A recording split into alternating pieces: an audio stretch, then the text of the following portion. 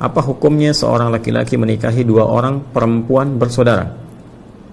Laki-laki ini awalnya menikahi kakaknya, dan selanjutnya si laki-laki ini menikahi adiknya juga. Sedangkan si laki-laki ini statusnya masih sah menjadi suami si kakaknya tadi. Baik, jadi ada adik kakak yang perempuan dinikahi oleh yang laki-laki ini, ya. Jadi dia menikahi kakaknya dulu, kemudian dia menikahi adiknya. Saya bacakan dulu sampai dengan tuntas. 1. Gimana hukum pernikahan tersebut? 2. Dan ketika si kakak perempuan tadi sudah punya anak, apakah status anak ini seperti anak di luar nikah atau bagaimana? Baik, jika anaknya perempuan dan anak ini mau menikah, yang berhak menjadi wali nikahnya bapaknya atau siapa?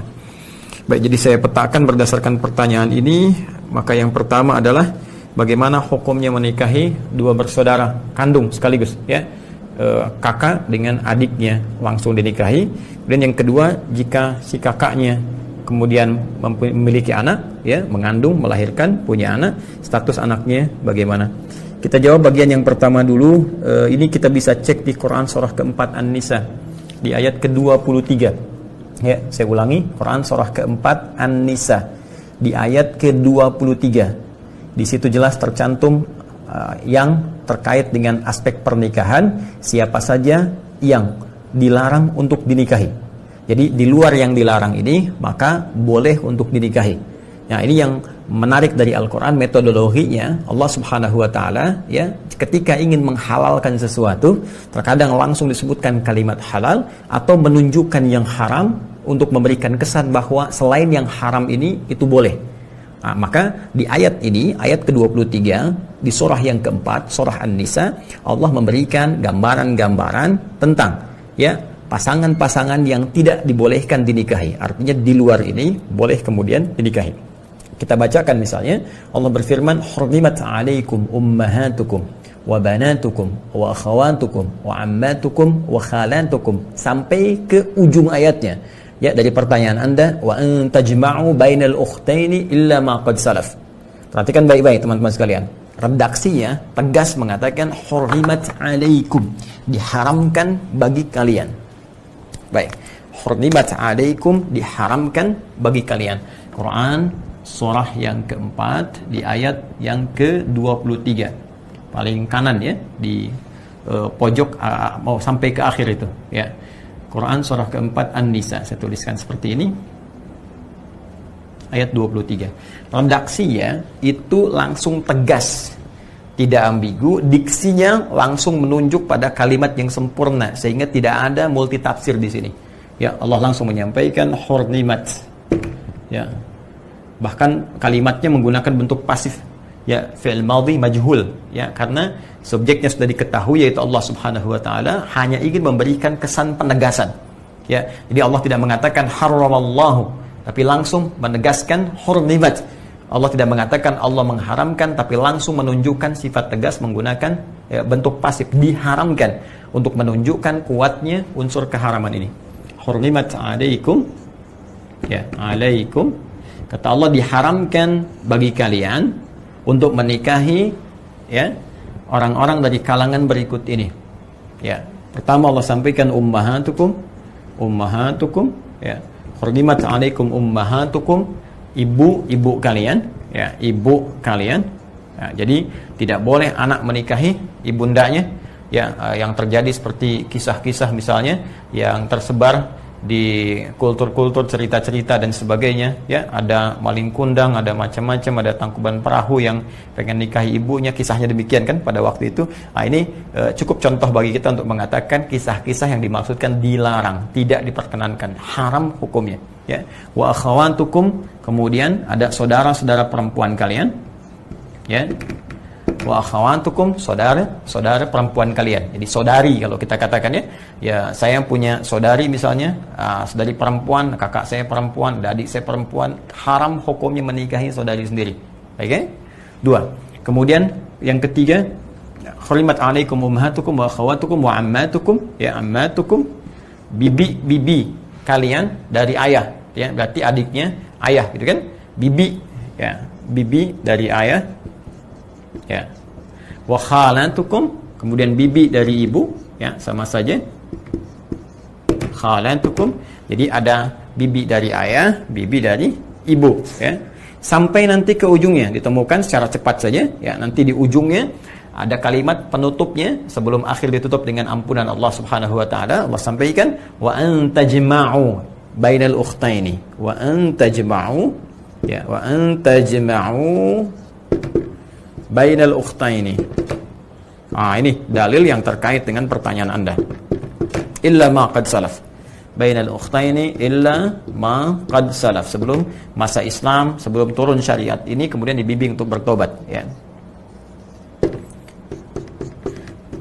Perhatikan kalimatnya, wa antajma'u bainal ukhtaini, dan engkau menikahi, mengumpulkan sekaligus bainal ukhtaini, dua saudari. Ya, seperti pertanyaan Anda.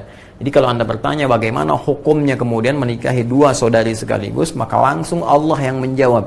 Langsung Allah yang menurunkan ayatnya. Allah menegaskan sifat hukumnya. Ya, kata Allah, hurrimat 'alaikum, maka haram hukumnya menikahi dua saudari kandung sekaligus. Ya deh, menikahi dua saudari kandung sekaligus. Pertanyaan-pertanyaan yang disampaikan dari jawaban-jawaban yang ditampilkan oleh Al-Quran dulu pernah terjadi. Ada orang nikahi bibinya, nikahi ibunya, nikahi saudarinya dan sebagainya. Ya, maka Quran memberikan penjelasan dulu pernah terjadi. Illa ma qad salaf, dulu sebelum ada bimbingan. Ya, sebelum ada risalah datang, ada terjadi kekacauan-kekacauan. Ya, karena itu ada kacaunya nasab. Ya, nasab menjadi semakin tidak jelas. Kemudian dari kacaunya pembagian warisan, berpengaruh kepada genetika juga, gitu kan, dan sebagainya. Karena itu, karena dampak keburukannya, mafsadatnya ini semakin banyak dan berpotensi melahirkan kekacauan dalam kehidupan, maka datanglah kemudian Islam memberikan solusi. Haram hukumnya. Di luar ini silahkan dinikahi, tapi yang ini tidak diperkenankan. Dahulu pernah terjadi, setelah datang Islam, maka kembalilah kepada Islam, memohon ampunan kepada Allah Subhanahu wa taala, karena Allah memberikan sifat sayangnya luas kepada kita. Karena itu di akhir ayat ditutup dengan sifat Allah Ghafur dan Rahim. Allah memberikan ampunan kepada siapa yang mau mengevaluasi diri, kemudian dia kembali meninggalkan praktek ini dan mendapatkan rahmat Allah Subhanahu wa taala. Jadi pertama, secara singkat, hukum menikahi dua saudari sekaligus jelas hukumnya haram. Ya, jelas hukumnya apa? Haram. Artinya haram itu kalau dikerjakan dia berdosa, dan sepanjang hidupnya berdosa kalau dia tidak kembali bertobat kepada Allah Subhanahu wa taala. Nah, sekarang pertanyaannya, kalau dia mau bertobat, dia mau kembali, maka apa yang harus dilakukan? Maka yang harus dilakukan, dia harus pisahkan, harus ceraikan satu di antara dua itu. Ya, dia harus ceraikan satu di antara dua itu. Ingat, ini bukan persoalan cinta ya. Ini persoalan hukum. Ini persoalan hukum Allah Subhanahu wa taala. Kalau persoalan cinta tidak diikat dengan hukum, nanti kebablasan. Ya, tidak ada batasnya nanti. Jadi seorang mencintai ibunya, dia bisa nikahi ibunya. Kenapa kamu nikahi ibumu? Karena aku mencintainya. Ya, nanti anak bisa menikahi bapaknya dan seterusnya. Ini akan terjadi kekacauan dalam kehidupan. Karena itu, kaidah-kaidah hidup mesti diikat hukum. Jadi tidak ada yang bebas tanpa batas. Semua ada ikatannya, semua ada hukumnya, dan hukum itu diturunkan oleh Allah untuk mengatur kehidupan kita sehingga berjalan harmoni, baik dan maslahat. Ingat, kalau ada yang dihalalkan dalam Islam, berarti ada manfaat besar yang bisa kita dapatkan, membantu kita mendapatkan maslahat kehidupan dunia dan mengantarkan kita pada kemuliaan merka akhirat. Jika ada yang diharamkan dalam Islam, bukan ingin memberikan kesulitan atau batasan kepada kita, tapi lebih menjaga kita dari kesulitan-kesulitan kehidupan, kekacauan-kekacauan hidup, dan persoalan-persoalan serius yang menjadi beban ketika pulang menghadap Allah Subhanahu wa taala. Karena itu dalam Islam nanti ada makanan yang diharamkan, ada minuman yang diharamkan, ada perilaku yang diharamkan, ya, semuanya itu adalah demi menjaga martabat kita dan maslahat kehidupan kita hingga kembali kepada Allah Subhanahu wa taala.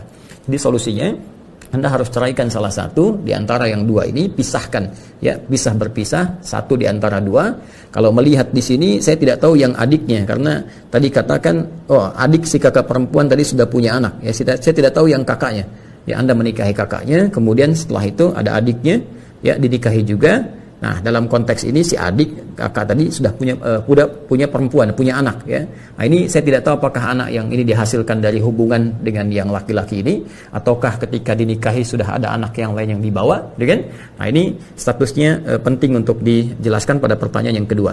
Jadi yang pertama, haram hukumnya, mesti dipisahkan. Anda pilih, ya, apakah kakaknya atau adiknya. tapi saya sayang keduanya, tidak Suneo, ya tetap pilih salah satu. Ya, jangan suka nengok keduanya, suka nengokin orang, satu nengok dua. Pilih salah satu, maka dari satu itu Anda tetapkan menjadi pendamping hidup Anda. Ya.